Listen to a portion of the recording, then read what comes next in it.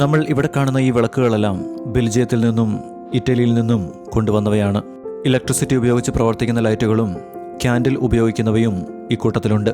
1100 ടൈലുകളാണ് ഇവിടെ പതിച്ചിരിക്കുന്നത്. ഇതിൻ്റെ മറ്റൊരു പ്രത്യേകത എന്തെന്നാൽ ഇതിൽ ചിത്രങ്ങൾ വരച്ചിരിക്കുന്നത് കൈകൾ കൊണ്ടാണ്. ഇത് ചൈനയിൽ നിന്നാണ് ഇറക്കുമതി ചെയ്തിരിക്കുന്നത്. വെള്ളിയും ശനിയും ദിവസങ്ങളിലാണ് ഇവിടെ പ്രാർത്ഥനകൾ ഉണ്ടാവുക.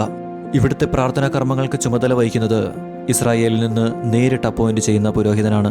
ഒരു പുരോഹിതന് 1 വർഷം എന്നതാണ് കണക്ക്. അങ്ങനെ ഓരോ വർഷവും ഓരോ പുരോഹിതന്മാരെ ഇസ്രായേൽ ഇവിടെ അപ്പോയിന്റ് ചെയ്തു പോരുന്നു. അദ്ദേഹത്തെ ഔപചാരികമായി വിളിക്കുന്ന പേരാണ് റബ്ബി.